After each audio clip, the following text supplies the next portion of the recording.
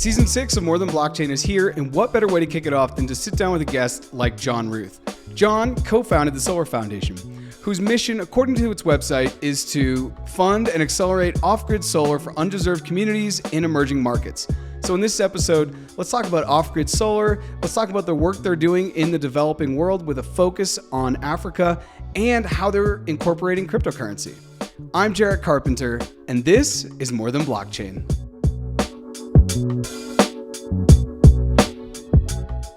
Jon, welcome to More Than Blockchain. How are you?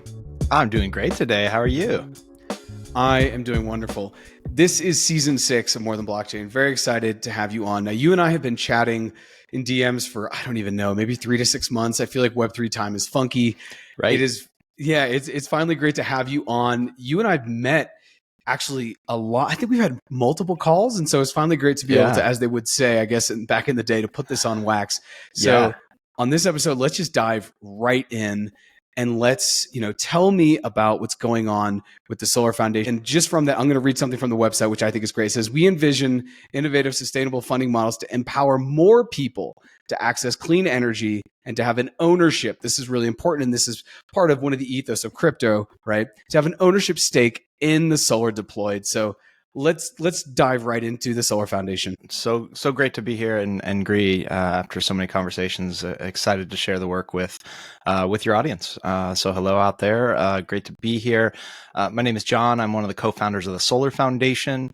The Solar Foundation was started as a Web3 nonprofit with initial mission just to fund solar in developing parts of the world.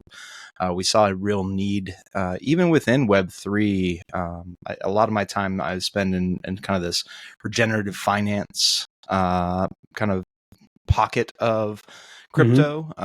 For those of you not familiar, just really people trying to use crypto for good, really trying to utilize these tools in a way that we can really make an impact in the world, particularly around the climate. And so we started seeing, even in that space, some grantees that are doing some other work who really needed solar. And it's such a big issue in the world that we still have, like 1 in 7 people on the planet approximately do not have reliable access to electricity. And so as a foundation, we believe electricity is a public good, that everyone should have access to electricity. It's a basic human need at this point. And so how do we begin to accelerate the usage and deployment of solar around the world? So stepping back into the Solar Foundation, we really started this foundation with a couple of small projects in mind. Can we raise just a little bit of funding, get a couple of small projects built for a couple of our partners, and then see where this thing goes? And here a year later, we have funded, I believe, 7 with like another 2 projects in the near future that we're going to be funding of various scales, sizes. We've raised over $150,000 to date into our treasury. And so we really had a lot of success and a lot of growth here in the first year. And we're really excited going into the second year of the Solar Foundation to begin to build on everything that we've got going on so far.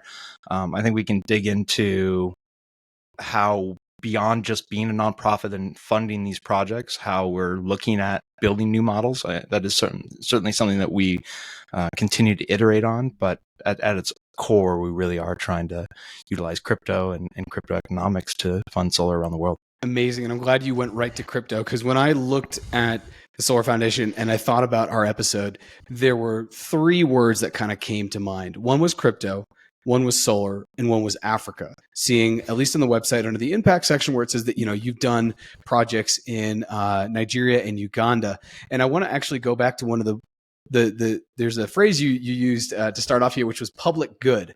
Now, if we could break that down, that's really important, because then on the other side, when you first go to the website, there's a couple of like buzzwords here. It says decentralized clean energy is a public good. So let's start with the public good. Can we kind of, in a fortune cookie amount of time, explain what a public good is, and then go from there? Because I think what you've just said about 1 in 7 people basically being energy insecure, if we're food insecure, maybe we're energy insecure, or we don't have access to energy.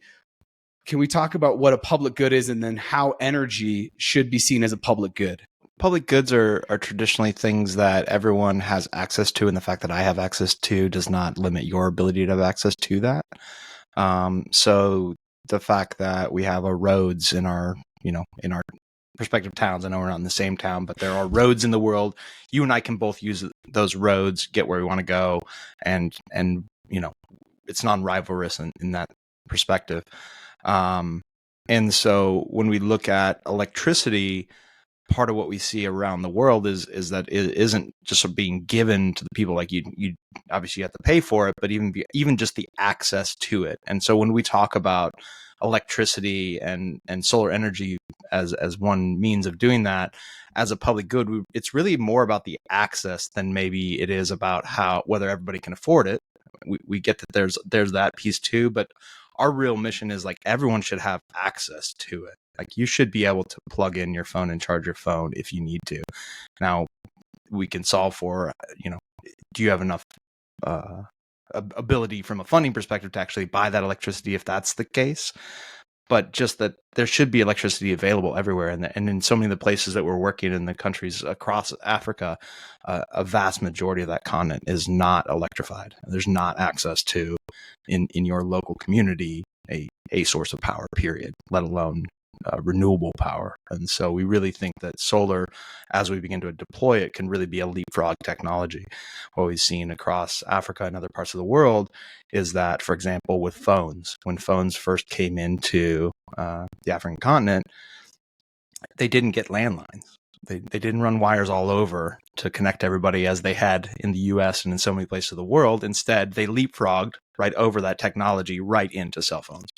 All of a sudden, and I don't have the stats off the top of my head, so I won't make them up, but the percentage of people in so many places and so many countries within the African continent are high percentage of people have access to a phone. So we similarly, instead of expanding the grid and bringing maybe it's coal power, maybe it's generator power with diesel, that sort of thing, to more rural areas, can we bring solar to these areas so that we can just leapfrog over that dirty technology straight into some clean energy as we begin to add more, electricity and energy to the planet?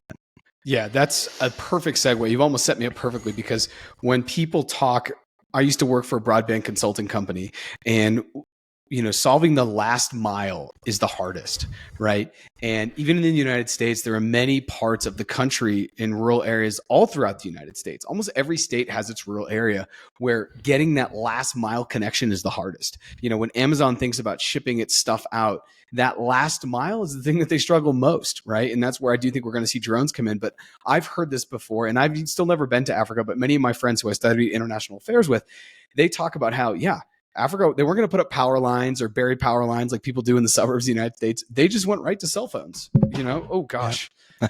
Here I have two. I have my Colombian phone and I have my US phone. And it's like, why would you put down power lines if we can just, tap into this? And I think that's a great segue into crypto, because crypto is like the same thing. In a town that's 200 miles away, let's just say, from most other things, we don't need to go put a bank out there and an ATM. We can just start getting people to download mobile wallets using the connectivity that they already have.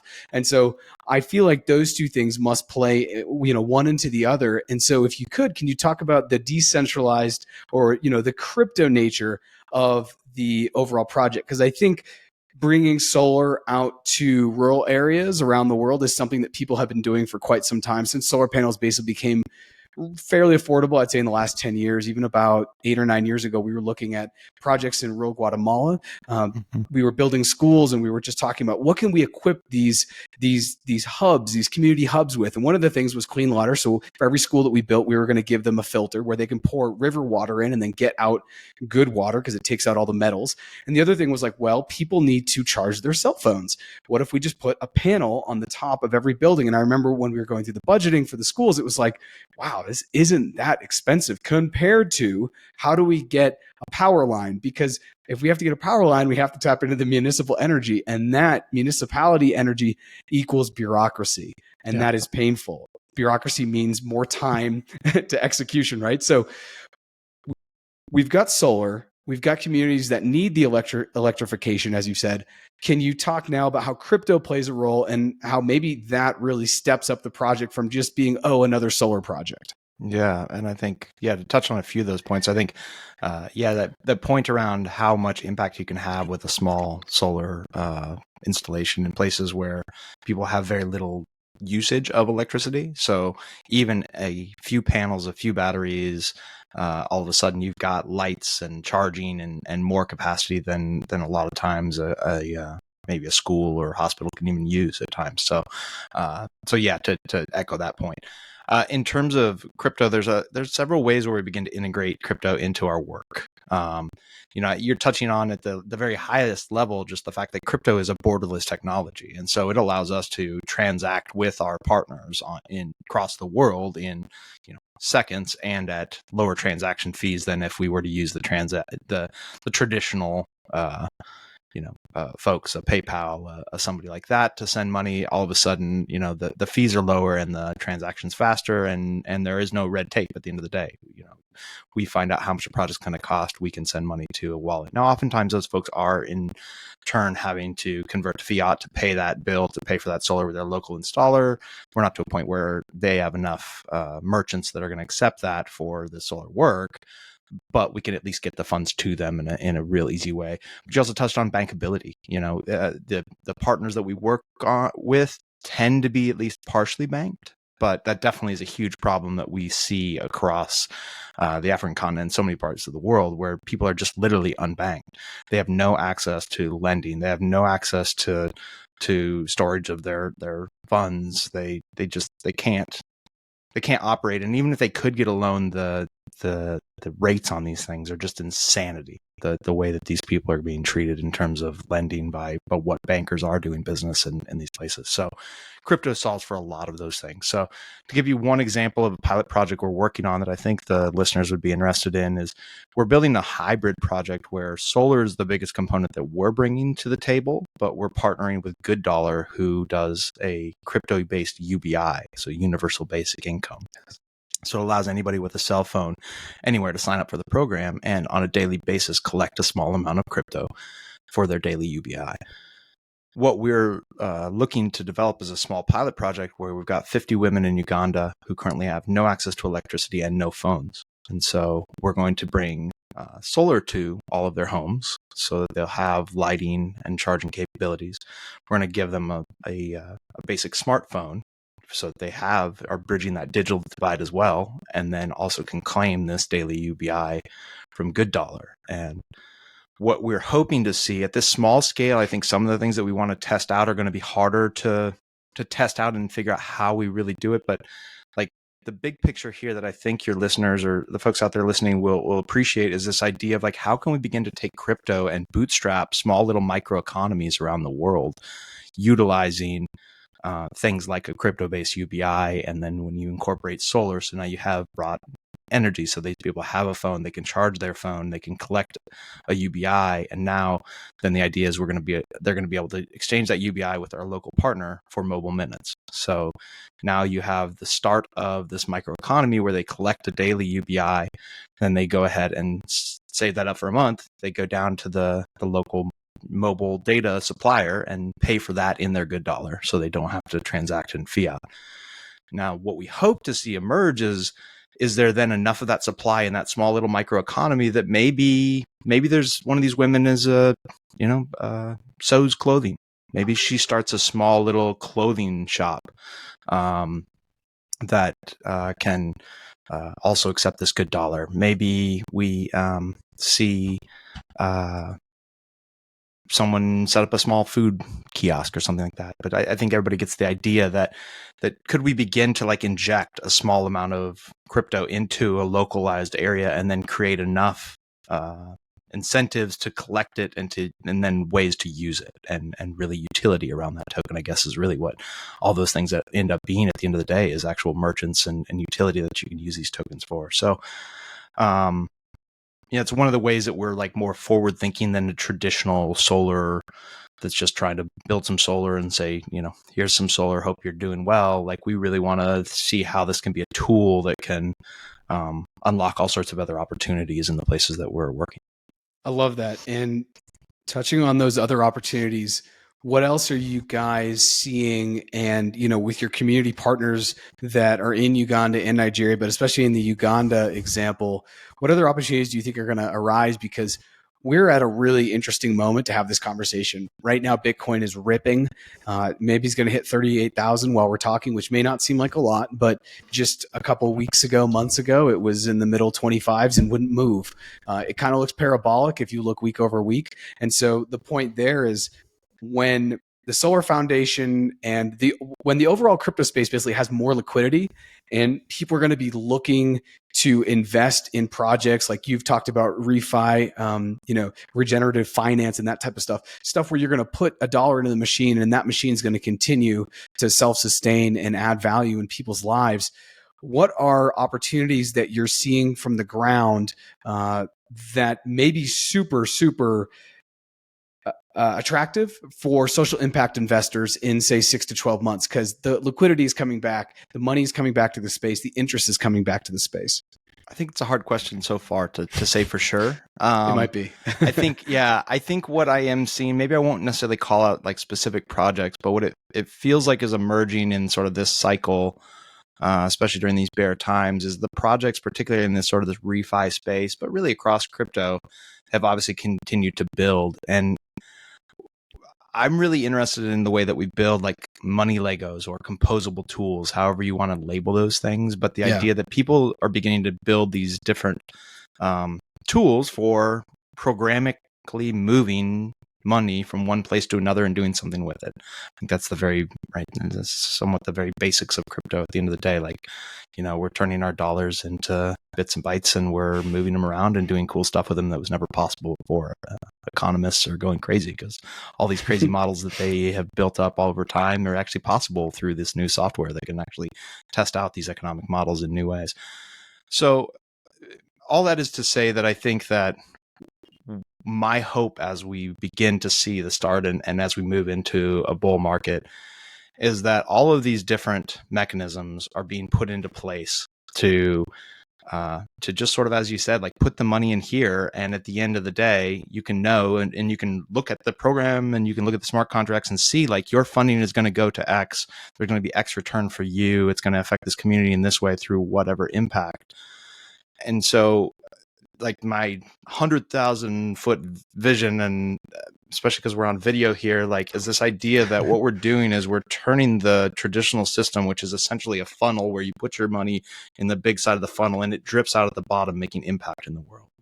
What happens if we flip that funnel over and inside of that funnel, we start building all of these little connected, like composable tools that route funds to the places they need to go to actually make impact in the world, to actually make a difference, to make, to solve for the huge coordination failures that we deal with every day, such as climate change, war, et cetera, AI, how are we going to deal with that, et cetera, et cetera, et cetera. All these coordination failures that we just can't solve in traditional ways, we can solve through using crypto. And so I think as we begin to see this market go, what I'm hoping is that we begin to see the formation of this upside down funnel where people can put money in the little hole and all of a sudden it funnels out into all of these ways that we can use these tools to make a huge impact in the world. Like that's the reason I'm here playing. Like obviously we all want to make money.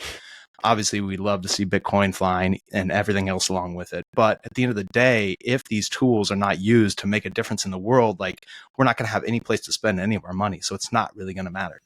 And so to me, as we begin to rebuild the system in a way that we can really efficiently utilize capital to make a difference in the world, that's when we're really going to start to see it fly. And I think that what's amazing is it's no longer just a philanthropic give your money away, but I think there are going to be opportunities like what I think you're hinting at, where there's going to be opportunities where not only put your money in the hole, but some money's funneling right back into your account. You're taking maybe a yield that you're, some sort of yield bearing asset and taking a portion of that yield and putting it into something that matters.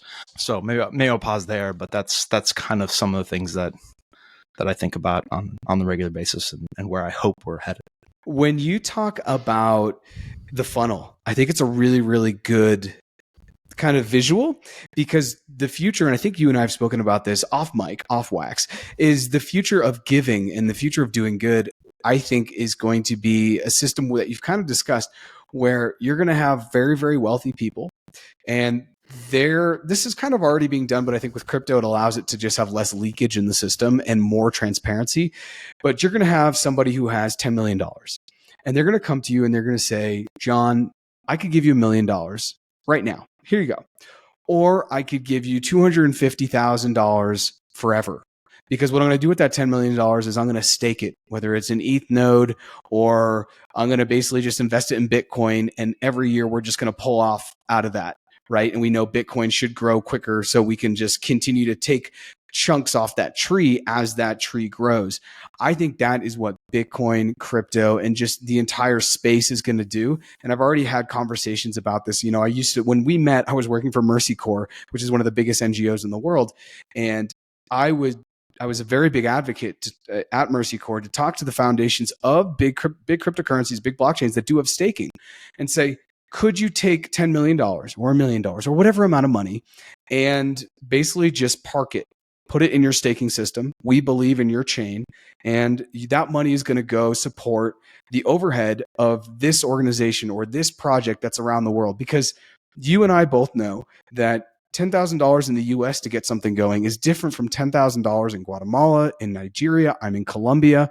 You know, people here make around $300 annually. So that means, sorry, not annually, monthly, monthly. So that means that annually it's about $3,600. Most people in the United States are paying mortgages or rents that are more than that if they're in a couple, right? So it's like the dollar goes farther in other places. It's a long way to say, do you see something similar? And are those similar conversations that you're having with people about, hey, instead of giving us, $1 million straight up, what if you gave us 250? Or like you've said, I think you've raised about 150K. I'm sure that if you could get $75,000 a year for the next 10 years, you would be through the roof.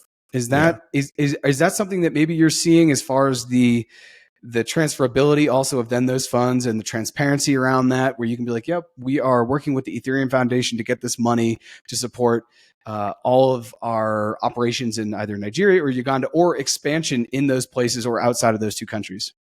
Yeah, we're starting to see a little of that, but I do hope we see more of those where you're taking some yield and you're just contributing that to some philanthropic effort that's important to you.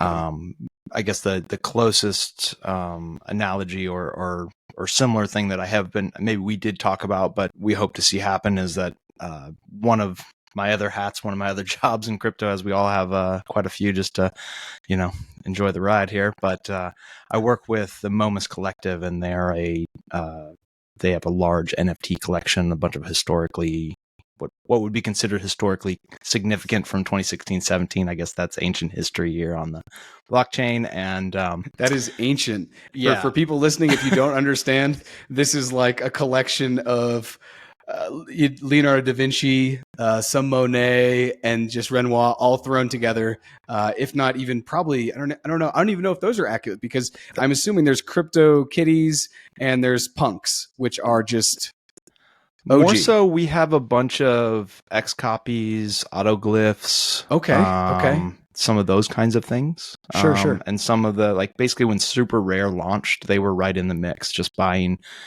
a lot of art from a lot of artists. So there's also a lot of traditional artists that dabbled then that maybe aren't even making NFTs now, that created some NFTs then. So a lot of just kind of it really is the historical significance. Now, some of them have turned out to be very valuable. Particularly the X copy has been, definitely, especially we hold what I think what Cosimo Medici and his team call the X12. We own, I think, 2 of the 12, which were the first 12 that X minted. But I digress. So here they are. They've done very well in crypto. So sort of like what you're talking about. We hit another bull run, and all of a sudden people have done well and want to be able to give back. At the end of the day, I think is the thesis. So the Moments Collective is looking to sell a portion of these NFTs in order to fund exactly what you're talking about. So they're trying to, and that's why we're partially on pause. We're really waiting for the market to come back a little bit. It's a real sad time to be selling really nice NFTs in general. And so we're trying to wait for the market to come back just a little bit, but they are really committed to funding these kinds of regenerative projects and climate focused crypto work.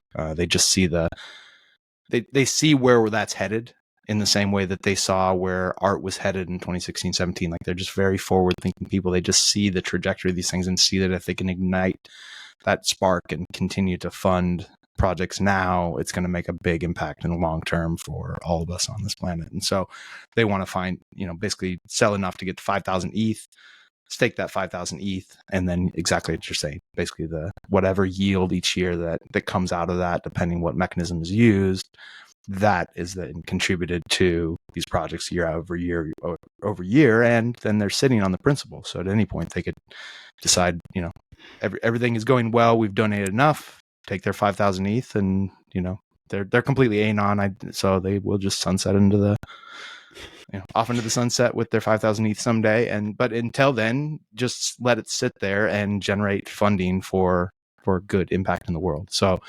I've actually been talking with them about seeing if maybe we can use Yarn or someone else to build some sort of mechanism that other people, so we could kind of crowdfund that.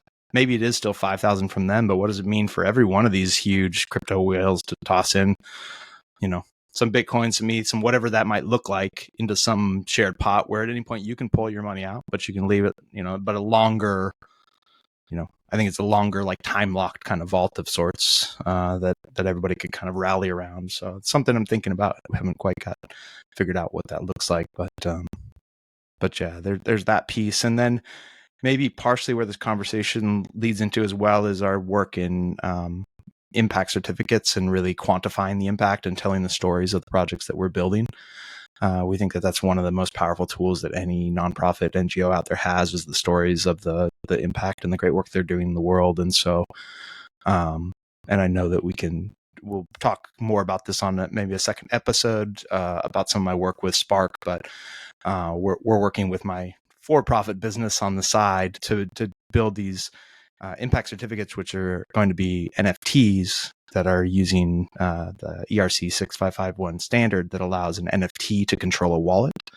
And so this will be an impact certificate that is a wallet that then can hold various stories, testimonials, claims of impact, proof of impact is really the high level. And so we can generate these, what we're telling the rest of the world that doesn't understand crypto, we generate these digital certificates that represent a project that we build. So we can go build a solar project on a school in Uganda.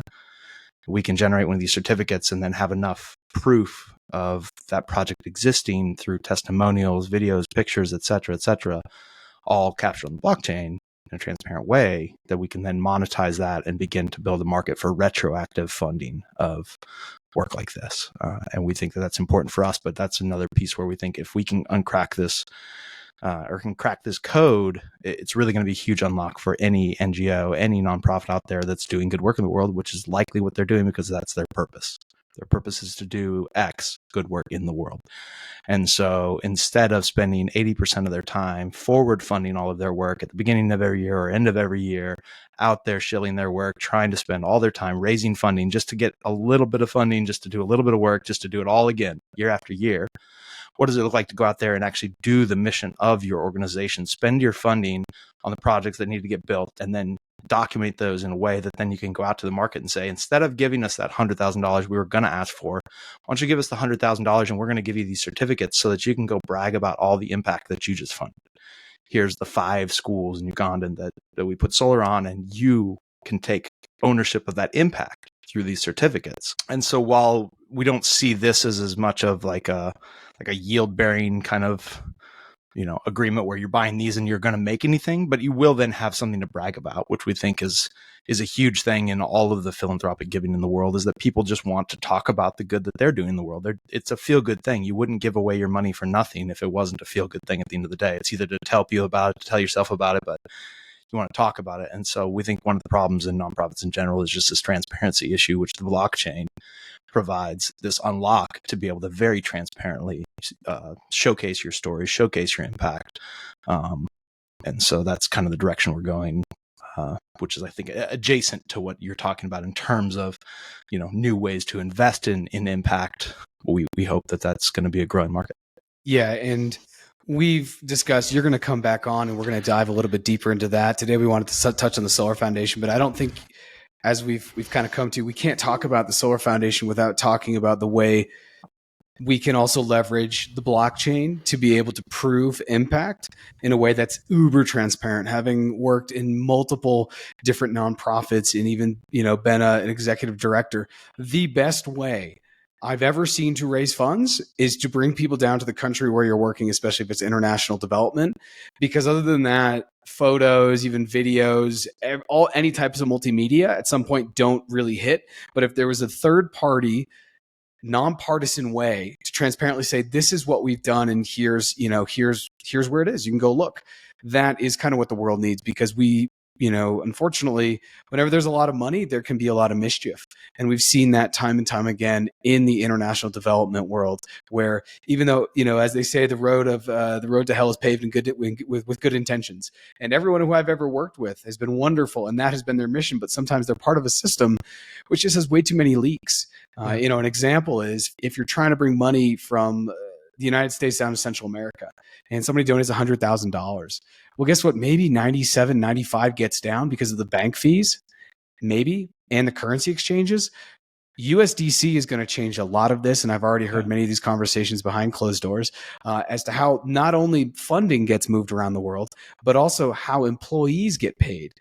I would estimate that nonprofits the size of Mercy Corps, Save the Children, Doctors Without Borders, they probably lose millions because of how big their budgets are yearly just on TradFi banking fees. So there is a whole new world that is going to happen. And I don't know if nonprofits are ready, because the nonprofits, when they get too big, it becomes very bureaucratic.